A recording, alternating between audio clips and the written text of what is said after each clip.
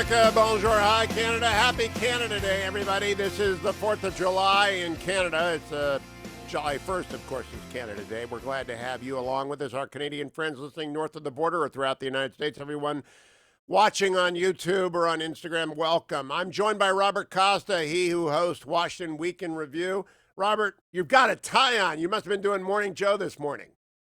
That's exactly right. All right, you're looking made up and great. Do you do it from your home, or you got an office that you go to for Morning Joe? That's a tough I commute in the morning. I do it from my home because of the pandemic.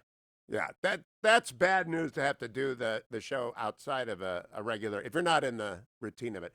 Robert, tell me about the president's tweet this morning. He is saying he's going to veto the Defense Authorization Act if it contains the provision to rename the Confederate bases. I think that's ill-advised. I disagree with that strongly. Those bases should have been renamed long ago. Would that be overridden? Would his veto be overridden? It's the Defense Authorization Act. It never fails to pass. It never fails to pass, and you see Republicans like Senator Tom Cotton of Arkansas working on that piece of legislation day in day out. Did Senator Warren champion this idea of renaming the bases that have that are named after Confederate generals? Yes, she did, and he may not like that. And I'm told by a White House source that the president is just furious about all these statues toppling around the nation. But this is a Republican bill in a Republican Senate with the work of Democrats in part, but it's a Republican bill. And so at this point, it's hard to see it failing, even if the president's issuing a veto threat. No, you see, I can understand being, as Hillary Clinton once said on this show to me, you can hold two thoughts. So I can hold the thought that it is terrible to topple statues, terrible, illegal, and wrong. You can remove statues legally.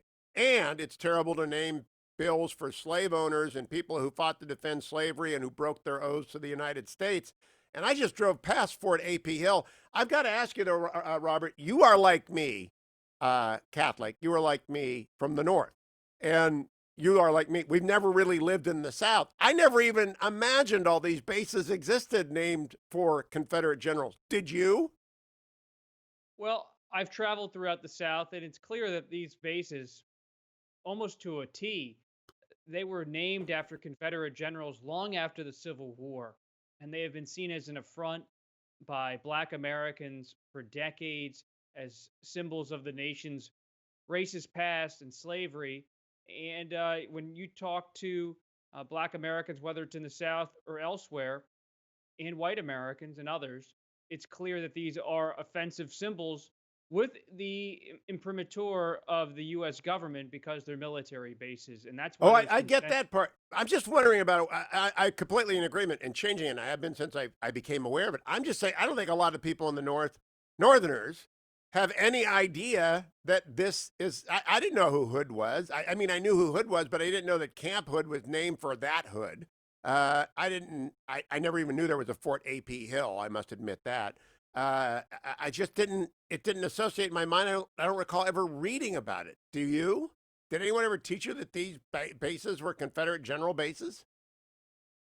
Yes, because when you travel throughout the South, and I did as a young man, it's clear that many Southerners in many states have taken it upon themselves, especially in the early part of the 20th century, to remember these Confederate leaders. And it was not just military bases, high schools, uh, elementary schools, different parks, statues, military bases, 50, 60 years after the Civil War, and until even the Civil Rights era and later.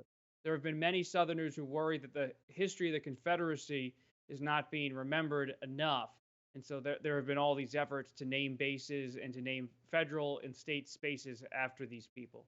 Well, I know it went on. I'm just saying now that it's an issue, the president needs to rethink this. I think he needs to recalibrate the approach that he's taking. Is he getting that advice inside the White House?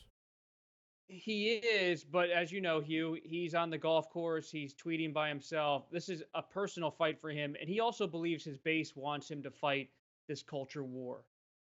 But it doesn't. I mean, I talk to him every day. Do you think his base wants him to fight for the Confederate generals' names? I don't. I don't see that. What I do see is a lot of alarm in the base about the Supreme Court. I have a story in the Washington Post this morning about that because of Chief Justice Roberts and his decisions. I know you're the lawyer here, Hugh, but his decisions on the Louisiana law, even the Gorsuch decision, the rulings on transgender and gay rights, evangelical voters, seniors who have already gone soft a bit on the president based on polling, are alarmed about the direction of the court. Robert, yesterday's decision, I spent the first hour of the show. I don't know if you've had a chance to read Montana versus Espinoza yet. I spent all day yesterday reading it and analyzing it.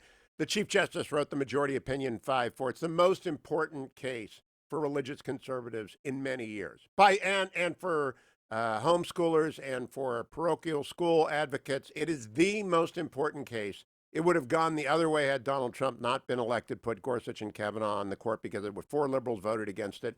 I don't think I believe it may be a beltway understanding of the base that thinks that they are upset more with Roberts over the Louisiana case than they are happy with him over the Montana case.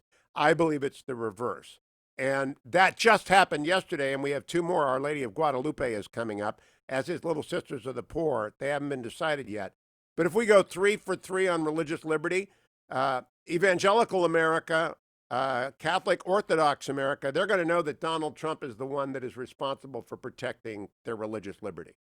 Your thoughts on that proposition? Well, and the White House is aware that they do get credit for Justice Kavanaugh, for Justice Gorsuch.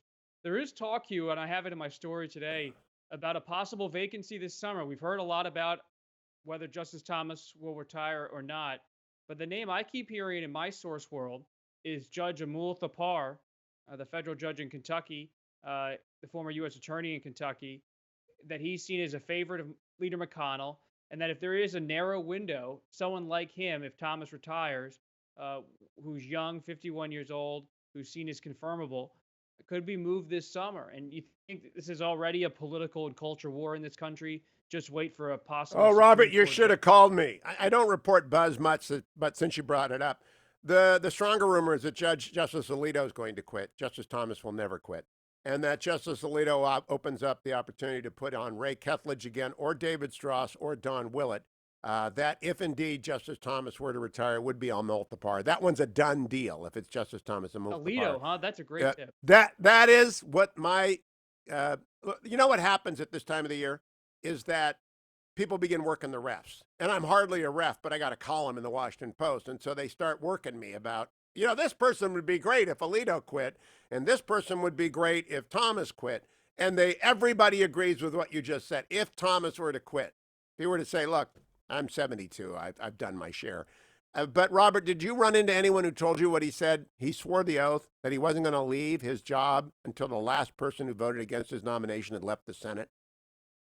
Leahy's still there. How old is Justice Alito?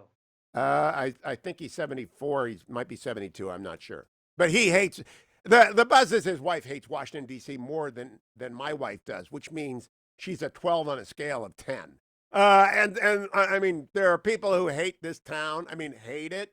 And I'm not one of them. I love it. You love it. But fetching Mrs. Hewitt, get me out of here. Get me to California. Get me to Maine. Get me anywhere but here. And after this week, Robert, in fact, do you stay here in August?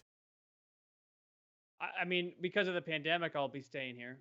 I Oh, always do, generally. I don't really take vacation here. well, I knew that. But I mean, yesterday I did a 6-mile run. I was almost almost prone for the rest of the day. It's terrible. It's terrible. I mean, you can't even really walk outside right now. Let's just moan and let the rest of the country know for a second. Robert Costa, you are the host of Washington Week in Review. I want you to devote just one show to how awful Washington D.C. is from this time. How bad is it, Robert Costa? The thing is, you're reminded every year that this is a swamp, literally a swamp, and that it sucks the oxygen out of the air. The Potomac's a beautiful river other times of the year, but it seems to just envelop the whole city. The humidity is so thick you could cut it with a knife. And and Congress is usually out of town because they're campaigning. It's a dead city in terms of entertainment sometimes in August and fun and events. and it's so hot and so humid. But It's so look, awful. there, I I think you ought to do an entire Washington Weekend review oh yeah, just the on how ratings would be miserable. so great, so great.